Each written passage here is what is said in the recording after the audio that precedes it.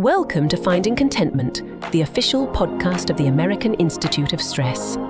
The goal of this podcast is to explore the science, psychology, and practical wisdom that can help us manage our stress. If you are looking for personal growth and professional success, or just want a more fulfilling life, visit us at stress.org. And now here is the host and executive director of the American Institute of Stress, Will Heckman. Hey, greetings, everyone. Welcome back to Finding Contentment. This is your host and executive director for the American Institute of Stress. It's Will Heckman. Thanks for joining us again today. I want to remind you, please visit us at stress.org. Take a look at our magazines that we offer and everything else that we offer. The magazines are absolutely free. And by the way, you know what I'm going to say next. Yeah, if you're watching us on YouTube, I need you to subscribe to help support this channel. Just hit the button, hit the bell, hit the thumb thingy, whatever. Just do it. By the way, special announcement, make sure you stay tuned because we're going to be giving away to our listeners of this podcast a special code that you can use for 50% off membership to AIS. That code is good for 30 days. Get a pen ready. You're going to write it down. You know, today, since we're airing this podcast close to Mother's Day, we're going to try and tackle a topic of stress and motherhood. Yeah, mothers have stress. I know I gave mine plenty. Being a mom certainly has changed in the last 50 years. Today's mothers have to find a way to balance all kinds of responsibilities of work and home and while trying to find time for themselves. And it's not easy to do. All right, so just as I promised, here is the code to get 50% off your membership, any level, 50% off. Ready? It's Mother50. Yeah, I know, it's not clever, but it works. Mother50.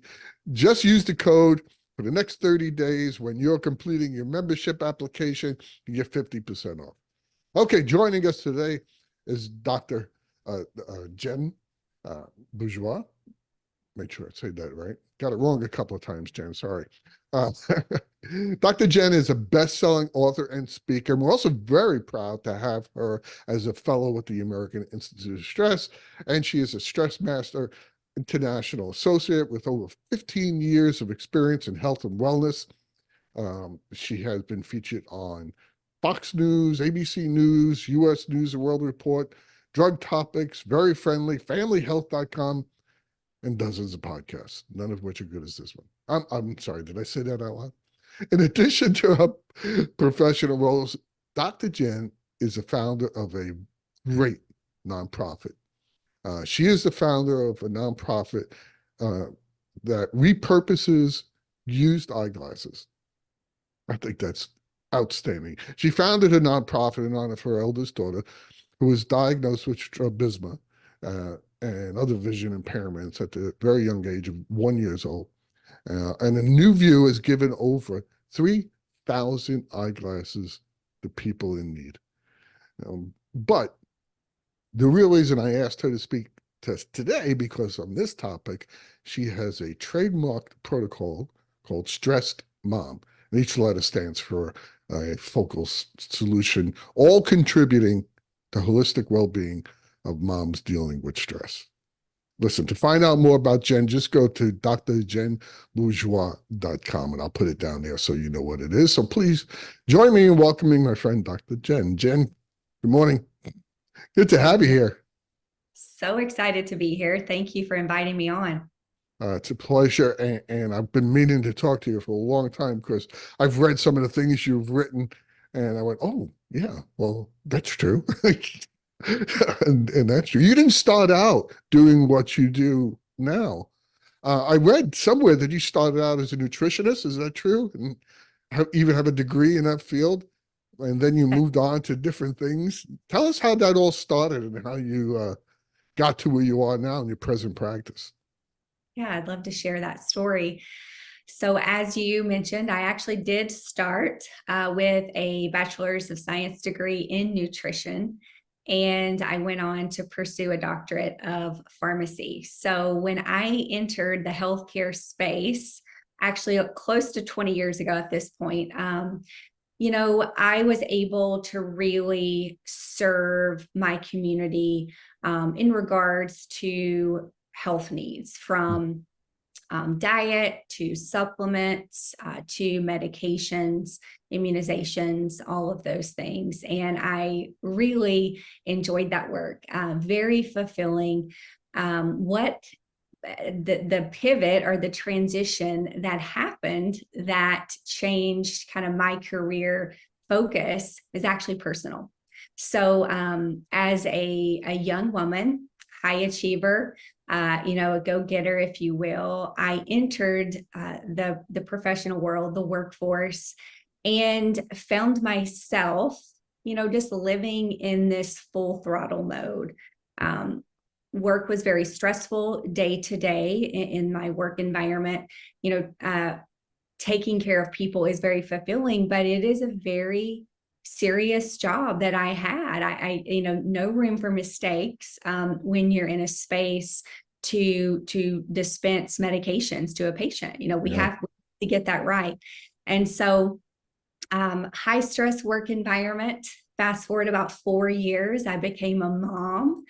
And so the stress that came with being a working mom, unfortunately took its toll on me at the time. So this was probably 10-ish years ago. I did not find that there were a lot of people talking about stress and the direct impacts it had on health. And so at that time, when I found myself in a health crisis, and I was, going to the doctors, desperately seeking support and solutions for my symptoms, my doctor didn't talk to me about stress. I didn't find those resources there. So it took me years to really connect the dots to understand that the root cause of my, health symptoms was in fact stress, and the lifestyle and the environment and living in that full throttle mode from sun up to sundown. And so that is actually what propelled my transition and my founding my practice and beginning to support women in this space, because I saw a need. There was a gap. What I did to support people in healthcare, there were so much support around diet and medicine and exercise and core foundations of health and well-being, for sure. I just noticed, hey, there's this gap here. There's this area around stress that people, again, 10 years ago weren't specifically talking about. So that's how it happened, and has since been very rewarding to be able to not only continue to support the foundations around diet, exercise, and supplementation, that kind of thing, but also to add in this focus on stress management. It's an interesting story and more common, excuse me, than you might think. They call it a rat race for a reason. When you get into it and people start burning out, and I've gotten to the privilege of speaking to people in different fields. A lot of people in fields like pharmacology, like medicine, like being a doctor, are burning out at an unbelievable rate. Teachers too, but that was always the case with teachers. But young women who are just getting started in their careers, as you were, what age are they? Right at the age where they want to become a mom. Mm-hmm. And it is unbelievably stressful. I'm certainly, it always has been, but these days, I don't know how they deal with it. Let me ask you this, and I'm not sure it's even a good question, but do women in general experience dealing with stress in the same ways?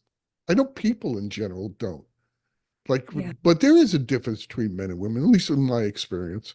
And, and having to be a mom and dealing with stress just to, for instance, my way of dealing with stress when my daughter was born is my wife would kick me out of the house and say, go smoke a cigar and come back when you feel better. Most women are not going to do that, you know. So can you can you tell me, are there similarities in the experiences that women have? Yeah, so much to impact. So much to unpack here. Yeah. Um, but I would say to start, you hit the nail on the head with women and men are different from a physiological perspective. Yes, we are very different. And so hormones play a big factor here, right? We can't discount that. um, Women actually, research shows, we struggle with sleep more than men. There's just all kinds of different factors that play with just the physiological makeup. But I would say when we're talking about dealing with stress and when we're talking about kind of coping strategies, what I see with women, and so we want to kind of highlight coping strategies can be healthy or unhealthy, right? So there are good ways to cope with stress, and there are not so good ways to cope with stress. But some of the things I see really common with women coping with stress is this push through. Mm. Is this, I've got so much on my plate. I've got all these responsibilities. This load, is really heavy to carry of sort. But I'm just going to keep going. I'm just going to push through. I can do it. And some of that is societal expectations that, we see at play. And I know personally that impacted my journey and my story, is that there's an expectation of sort on women that you can work and you can be the mom and you can be the wife and you can be the friend and you can do it all. It comes with a lot of responsibilities. And so I see that as an unhealthy coping mechanism, but a very common one in women is that they're just going to push into the detriment of their well-being, to the detriment of their physical and mental health. Women will push. And then the other thing I see, again, kind of leaning into the unhealthy coping, is this avoiding and distracting coping mechanism. So almost this dissociation piece of like, life is so full, it's overwhelming. So I'm just going to turn on the TV, watch a show, scroll social media. That's a really common one these days. And kind of maybe, it's drinking, maybe, the nightly glass of wine for women that, can happen. Maybe it's eating. I'm just going to avoid all this and I'm just going to go and sit with food. And so I think that those are two really common ones that I have seen in my clients over the years that, again, aren't serving them ultimately. And so those are things that we really unpack and kind of dig into, and then come up with some better coping strategies, right? Some healthy ways that they could kind of pivot and shift to really better handle life and stress. And so with that, of course, comes a lot of strategies around simplifying, restructuring, reorganizing what life looks like for them. Yeah, and the smoking cigar thing was not a healthy choice. Um, or eating a pint of ice cream. None of those are healthy choices. But you're so right that when you are that stressed out, especially as a young mom, beginning mom, oh my God, the first days of having my daughter were absolutely insane, and probably some of the happiest and most stressful times of my life.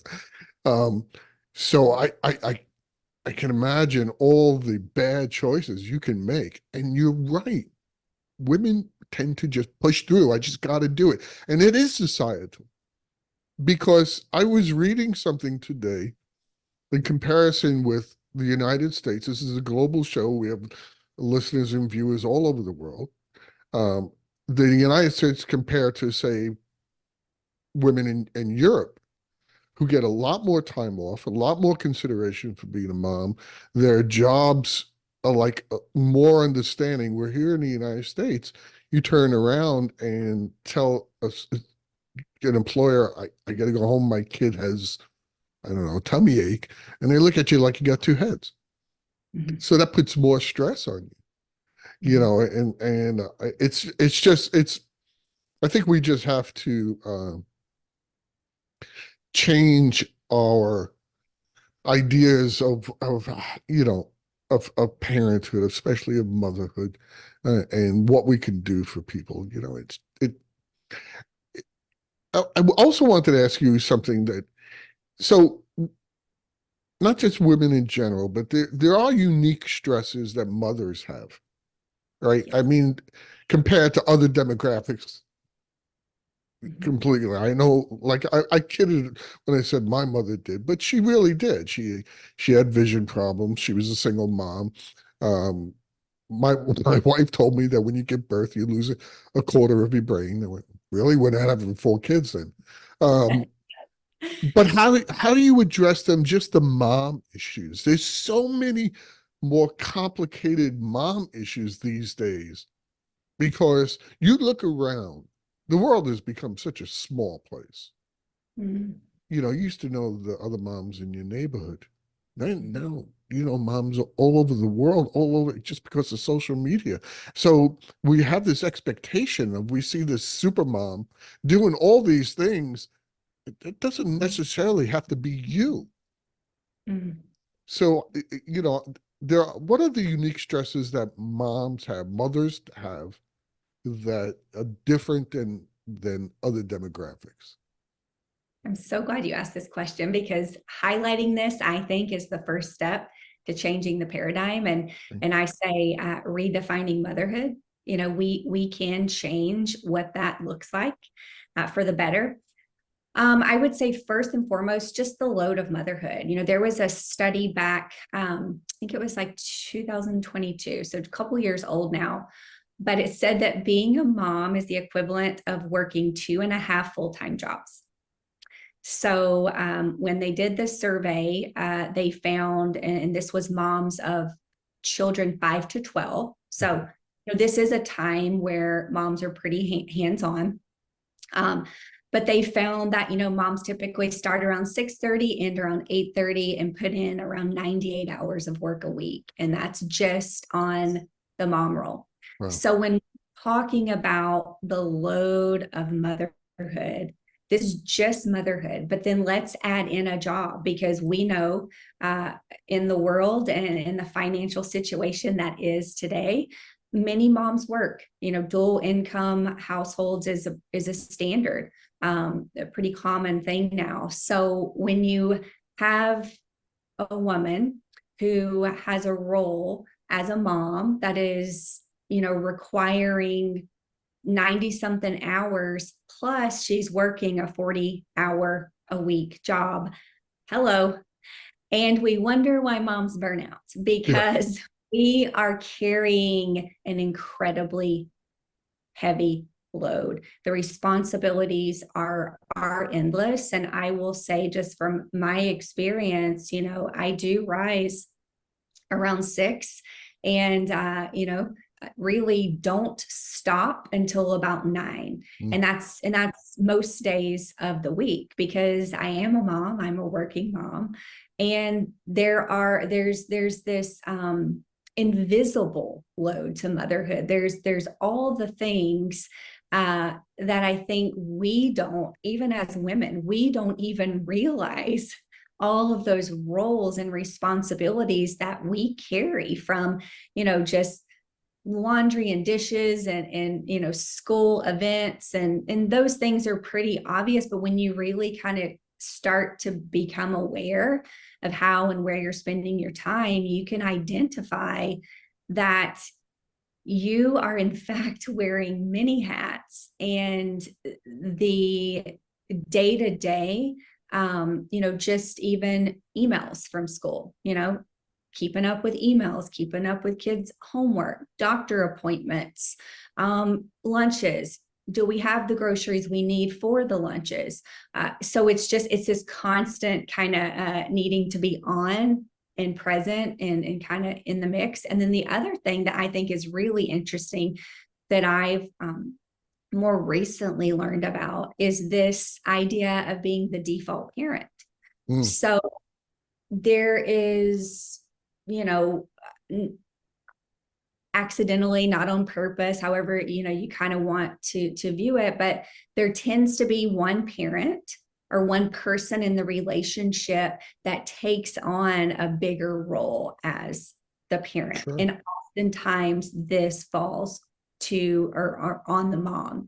And so this role as default parent, that kind of shifts and adds on just a substantial amount of responsibilities onto an already full plate. And so I think that is another one that we need to just shine the light of awareness, just really understanding what does that play for moms just day to day? What does that stress load look like? And what are those stressors? Boy, you couldn't have said it more clearly. I mean, I can tell you from a couple of different perspectives that you are absolutely right. One perspective is I'm a dad, and I'm an older dad now, and I see younger women, having kids more than you guys do because I was an educator for 30 years. And let me tell you something, I have seen burnt out moms and what the consequences are, and they are not pretty. They are serious consequences, like, a parent coming to the school group for a 12-year-old and saying, I can't handle him anymore. Think what a big statement that is. So putting all that and all the things, and you left out the mom, I need a snack for soccer today. Yeah, I mean, all these things, they add up to the point of you're overwhelmed. And you're right, we have to change the way we see things, and the change. I don't know how to do that. I wanted to know, how do we navigate these multiple responsibilities of motherhood and work and relationships, and then manage your stress in your daily life as at all? I mean, what can they actually do? How do they navigate this? I do see some moms doing it. They're a little nervous and they're biting their nails a lot, but they really, some of them, like you, succeed at doing it. What do you know that they don't? Yeah, I would say, let me highlight that I failed first. And so I bring all of that to the table here just to say, many of us don't get it right the first time, and that's okay, and just having compassion for yourself in the journey of, like you said earlier, we become parents for the first time. We become a mom there's no guidebook of sort. Exactly. We don't know what we're doing, and we don't really know how to navigate it. So the experience and the wisdom now on this side of it that I kind of bring, I always tell my clients, it's just intentional prioritization. It's taken radical responsibility for your life, for where you are, for how you're showing up or how you're not. And it's really beginning to be curious and open and just look around and kind of see, like, what does this look like, and how is this making me feel, and identifying, what are those ways that you can just incorporate moments of stillness into the busyness. Because I think one thing I find with my clients is, they don't want a big to-do list. They're already overwhelmed with what they have. So they're not coming to me really wanting me to give them, 25 strategies to do. It's like, Jen, I've got enough to do, right? So it's really kind of looking at life and beginning to reorganize it, beginning to just say, like, what are those ways that, again, I can just carve out moments of stillness, in the busyness. So in the day, can I find 5 minutes, maybe 3 pockets of 5 minutes in the day that I can just take a deep breath, sit for a minute, look around, like, what is happening? How do I feel? And just kind of checking in with yourself. And I have found that just those breaks, just those simple breaks throughout the day are enough to interrupt that stress response, that physiological fight or flight nervous system response that's happening because of the busyness, because of the life. Just if you can interrupt it 5 minutes, 3 times a day, that's enough. And that gives so much capacity and so much more kind of this, like you were talking about, the example you gave of the parent that came to school with a 12-year-old and was like, I can't do it anymore. And that's just, that mom was just, she's out of steam. She was out of capacity. She's Right. like, my cup is full and I can't do anymore. And so many women get there. And so, just incorporating moments of stillness, I think that's an easy one. Just adding a little bit of margin to your day. So I know for myself and many women, we cram the day pretty full. Like when we go into the day, we don't have a lot of white space on the calendar. It's mostly like, get up, cook breakfast, take the kids to school, go to work, pick the kids up, dance, soccer, cook dinner, get the kid, so you literally are just go, go, go, go, go. And so what I have found is if you can intentionally block off, because if you don't block it off, you're going to fill it up. So intentionally block off white space. Intentionally say, you know what, I'm going to just give myself this hour for nothing. And I'm just going to see what comes of it. I'm just going to see. What I found personally is that when I did that, I was able to really incorporate more fun. And as a mom, that's so important that our kids see that, like we're showing up with joy, we're enjoying this journey. And so some things that I noticed that I was able to do is as I, was driving the kids to piano lessons, I left some margin. So we pulled into the park and the kids got out and they played and they had the best time. I had no agenda. We were just able to just play. And that is a really core memory. And it was a moment for me as a mom to just realize, like, if I didn't give myself just some space in the day, like that wouldn't have happened. And so just, incorporating some margin is a good one. Changing perspective around rest. I think that this is something that women could take, across the board. We all could use a lesson. We think rest is a luxury. And I don't know where that perspective became skewed in that direction, but rest is a necessity. It's required for optimal physical and mental health. And so without prioritizing that, we indirectly negatively impact our mental health and our physical health. And so if a woman can really begin to prioritize rest in a way that it's a need, it's a core need, it's a necessity of sort, that will directly, positively impact the way that she's able to handle stress. I think too, just honoring boundaries is a good one, and just honoring our limits.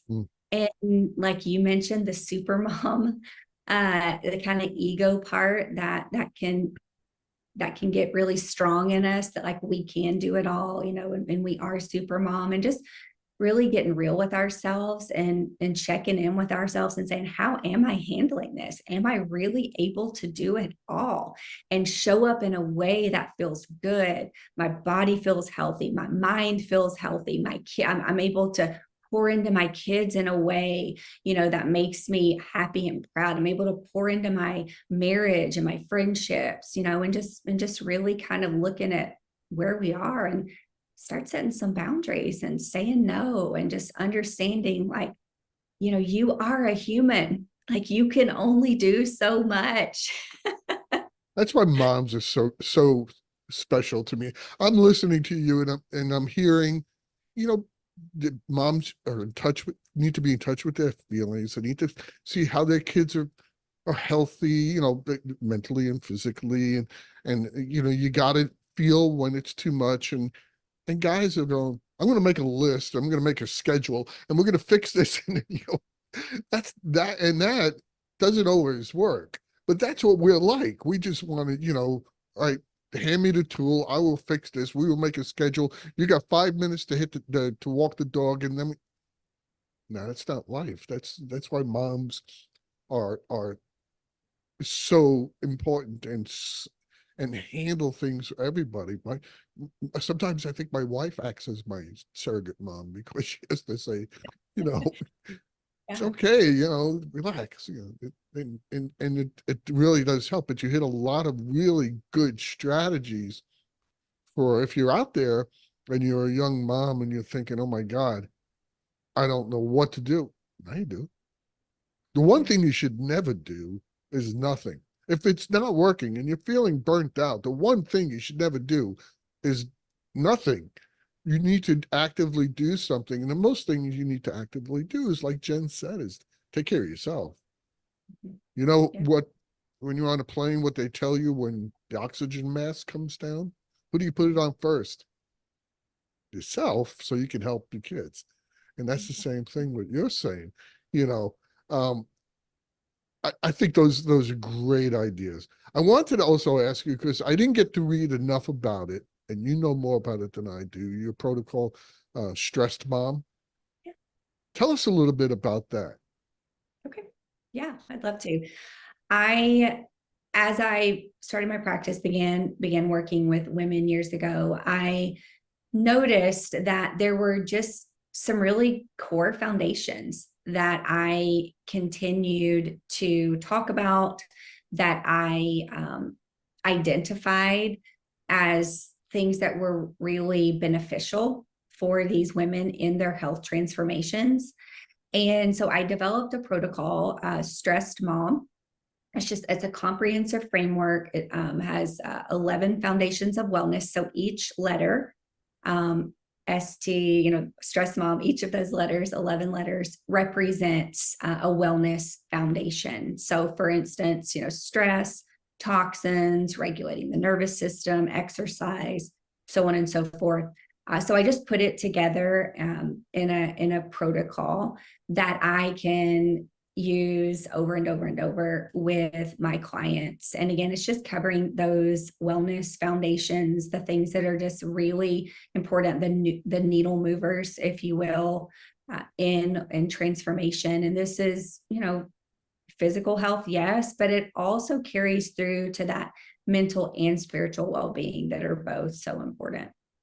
One of the things that I've been seeing lately, and that's great. I think if they want to find out more about that, where can they go? I am very active on Instagram at Dr. Jen Bourgeois. I actually give out a lot of free resources there, lots of education content. So I would say that's a great place to connect. And then, of course, as you mentioned earlier, my website. Yep. Which I'll put down again. You mentioned something that's interesting. This gets a lot of conversation lately. It's that nervous system regulations. I know that you are a neurosomatic practitioner, Yes. and that you support clients with nervous system regulations and coaching. And I've seen a little bit about that lately. I'm certainly no expert, but thank God I'm talking to one. Tell us how that works. That's my jam. It's the science of Mhm. stress. And as like I shared in the beginning, this journey began, it's a very personal journey. It began with me healing my body, understanding how stress, kind of manifests and presents physically, and how it's all connected from this kind of operating system, this organ system, this nervous system that uh, connects from brain, all the way down, right? It's integrated throughout the whole body to really connect all these different organ systems. And the nervous system's role is safety. And so we are wired and we're made in a way that we want to stay safe. We want to identify threats as quickly as possible. And we want to upregulate those physiological processes that need to happen to help us run away from the threat or fight the threat. But what we see is that the operating system, so the nervous system, it's a little outdated.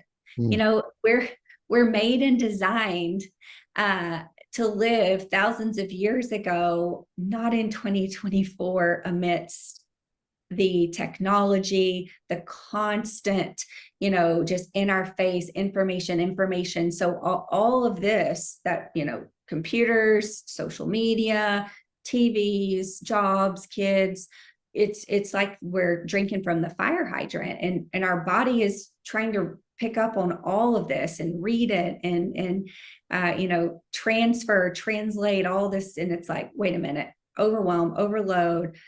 It perceives all of this as a threat, as if we were fighting the tiger, old example there. But from a physiological perspective, the same exact process is happening in the body. And so what I like to always illustrate to moms is you living a busy life, you having this sun up to sundown, go, full throttle, gas pedal, that to your system is the same as if you were fighting the tiger all day long. And nobody is designed or made in a way that they can fight the tiger all day.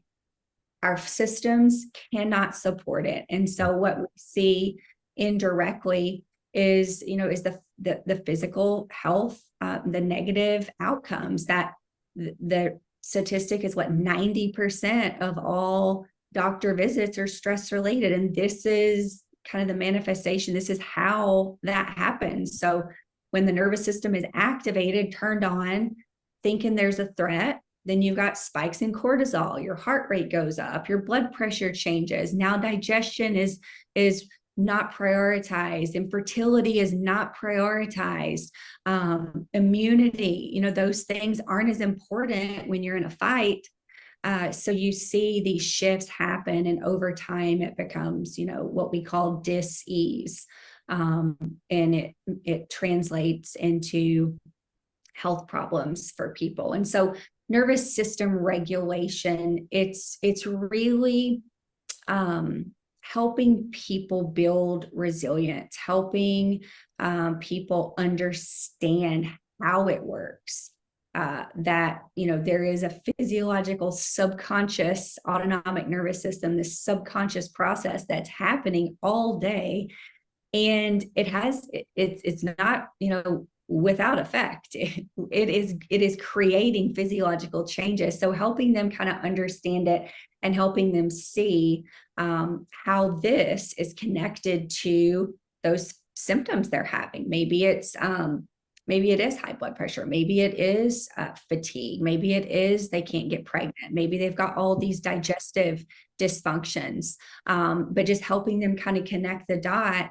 And then when we regulate the nervous system, what happens is we help people not be in fight and flight all day. We help people build a resiliency so that their nervous system can kind of have these times of higher stress load and be able to have the capacity to support that. But then, you have times where you're resting and you're relaxing and there's stillness and you're just being to kind of help balance. And so what the goal is with nervous system regulation ultimately is health. It's well-being. It's that you can show up and be, your best self, and you can minimize symptoms that you're having in your physical body that are directly related to stress, because stressors, those things that you're perceiving, that it could be internal stressors, external stressors, right? There's all kinds of kind of differentials there. But the perception, your mind can't tell the difference if Mhm. it's real or not real. And You if it, really a fight or not. you're boy, you're preaching AIS's Bible. We first of all, let me tell you guys out there, when Dr. Jen just said that 90% of doctor visits can be directly related to stress, she was not exaggerating. That's true. That's a big number. So think about that. And I agree with you. I've said in the past, we don't have a stress epidemic. We have a resilience epidemic. Stress, we can't handle all of these things. So much so that the American Institute of Stress produced its own documentary called Mismatch, which speaks to exactly what you just said. We have not evolutionarily, we have not caught up to the times where they have sped up so quickly. Physiologically, we have not caught up to having chronic stress all day long. We haven't even caught up to being able to drive a car. Yep. If you think about that, a couple of 100 years ago, when we didn't have cars, it was a different world, and your stress level just from that one thing. But it's so many things, as you mentioned, Jen, the computers, the phone, the job, all of those things. And today, of course, we're talking about motherhood on top of all of that. So yeah, we are a mismatch. And if you ever get the chance, go to stress.org, look at mismatch, and you'll see Jen is absolutely right. We have not caught up to our lives. Our bodies are saying, your boss is yelling at you? No, that's a bear about to bite your head off. No, it's the same thing, just as you said. That's remarkable and so right on. And let me tell you something. One of the things you said really hit home, because um, the stress affects our blood pressure, affects our heart, it affects our gut. Only thing ever in my whole life to put me in a hospital overnight was a gastro problem. While I was there, I talked to the nurses. I thought, like, oh, how many people come in because their stomach hurts coming. But I was on the floor, my stomach hurt. They said they've seen an 80% increase in gastro problems coming right through the emergency room. That's due to stress. Whether we know it or not, whether we perceive it as such as or not, stress, your body doesn't care, because it perceives it that your amygdala is going off like a fire engine, and your body is filling in a sea of cortisol, and your gut reaction is going to be bad. So it's all of the techniques and strategies that Jen is telling us. You have to do them. Yep. So I think they're great. Um, Tell me some of the misconceptions people have, about stress and motherhood, and how we can dispel them to better support them. I don't think Yeah. we do anything. Oh, you're a Yeah. mom? That's great. Congratulations. See you later. It's. I think we really need to, as a community, as a society, I hate to say the government, because I don't want them involved in my life that much, but we need to change the perception of what motherhood really means. So what are some of the misconceptions people have? Yeah, this is a great question. And I think to kind of carry our topic of physical health and how stress, just that the root cause of so much of our chronic disease and health symptoms is motherhood means that you're going to be tired. Motherhood is kind of like this life sentence of sort. That means like you're going to be tired. It's just, if you're a mom, you're tired. And in fact, I remember the first time I heard that is when I found myself in my health crisis. I was at my doctor's office, presenting my symptoms. And he said, "You're a working mom. Of course you're tired. Of course your mood is low." And so I thought that was very interesting. And I have seen that continue to be a misconception and continue to be used over and over to almost gaslight moms and almost, kind of dismiss their physical symptoms. And so I would love to just kind of bust that myth to say you can be a mom and feel good in your body. You can thrive as a mom. Just because you're a mom doesn't mean you're going to be tired forever. Yes, there are those seasons where we do get less sleep when we have those newborns, and when they go through sleep regression as they age. But my goodness, please know that is not true. Do not dismiss your physical health symptoms because someone sometime told you that moms are just tired and moms just have headaches and moms, just have upset stomach. It's not true. And so there is more. And I think that is a myth that, we need to really be broadcasting for women, to just encourage them that if you find yourself there, if you feel out of alignment, if you feel like something's wrong, then find support and don't stop. If if your story's like mine and the first place you went, you did get dismissed, keep going. There are people like me out there that would love to support you. There are lots of professionals out there that have the tools and resources to help you. So know that. And I think the other myth is this misconception. It's like we talked about. It's that do-it-all persona. It's you can do it all. You're expected to do it all. Wear all the hats. Have all the responsibilities.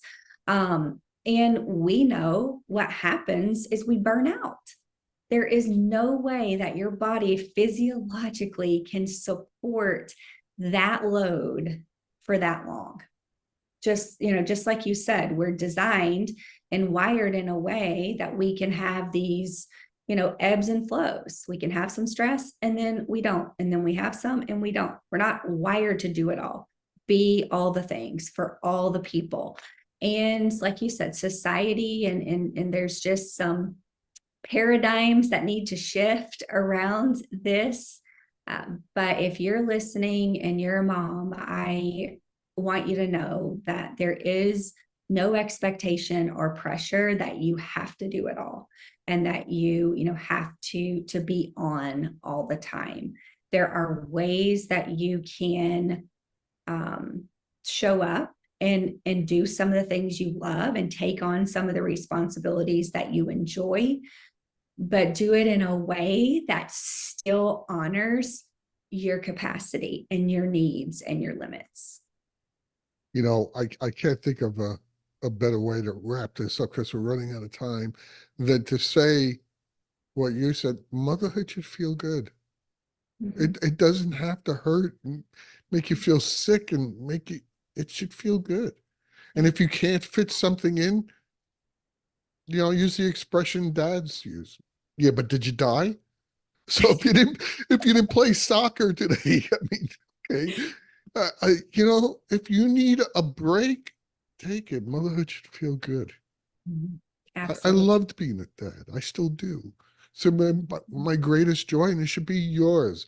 And if you listen to some of the things that Jen has said today and take away some of the tools, some of the techniques, some of the management things that she's talked about, make some time for yourself. Don't burn out. No. Don't do nothing. Absolutely. And I think part of the power we have to shift the paradigm is to model this for the next generation, to show our kids what this looks like, to show up for ourselves, to make shifts, to simplify life, to say no, to set boundaries. All of those things are healthy. And so in this era that we find ourselves in, obviously, like you said, we want to make changes. If you identify it, like you said, don't just do nothing, make changes, but also by changing now you're modeling for your kids. You're showing them. So when they grow up, they're going to say, oh, I remember that mom did it this way and that seemed to work really well for her. So yeah, Make good choices too. I mean, if your kid, your 5-year-old doesn't play soccer, but you are enjoying life better, got news for you. The chances of them being a soccer star when they grow up are very slim. Sure, there's other fun things you could do. Maybe find something you both enjoy. I Yes. always was big on that. Let's find something the whole family enjoyed. I took my daughter on motorcycle trips. I took her fishing. Yeah. I guess I treated her like a boy. But she liked doing it, and we all enjoyed it, And then, when it was time for daddy to do tea parties and dress up, we did that too. And that's the thing. Enjoy it, and if you're starting to really feel crispy around the edges, go to Mhm. Jen's website, go look up Stressed Mom, see what you can do. All right, Jen, finally, I ask every guest this, so I'm going to ask you too. Okay. What does Jen do to manage her stress? What is your go-to thing to manage stress? I have several, but I would say the one thing that is the biggest transformation piece for me is my spiritual practice Hmm. and just being committed to that every day, to filling myself up.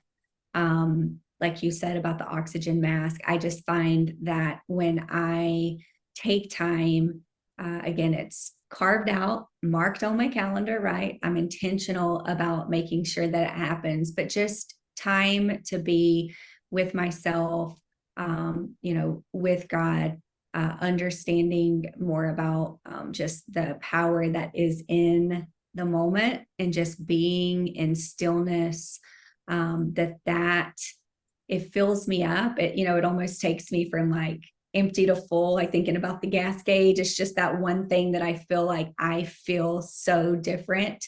And it could be 5 minutes, it can be 30 minutes, just depends on the capacity and what I have in my day.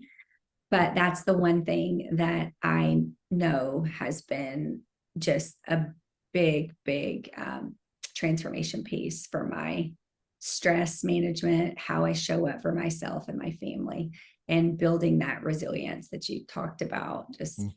capacity. That's awesome.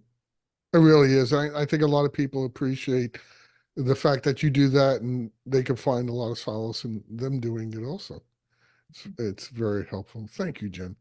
You're All the welcome. things you said today were so helpful. And all you moms out there, God bless you. I mean, first of all, where would we be without you? Um, Nowhere, I guess. You're so important. We want to wish you, if you're listening to this, a very happy Mother's Day. We love all of you and appreciate all you do for us. And like I said, if you are a mom, or you know a mom, or you had a mom, use Mother 50 to get a 50% coupon off to join AIS. There's so much information there on what you can do to help your stress. And the one thing Jen and I just told you, don't do nothing. All right. So on behalf of Jen and myself, I want to thank you for joining us today. This has been your host, Will Heckman. And don't forget to please follow this podcast, subscribe, hit the button, all the good stuff.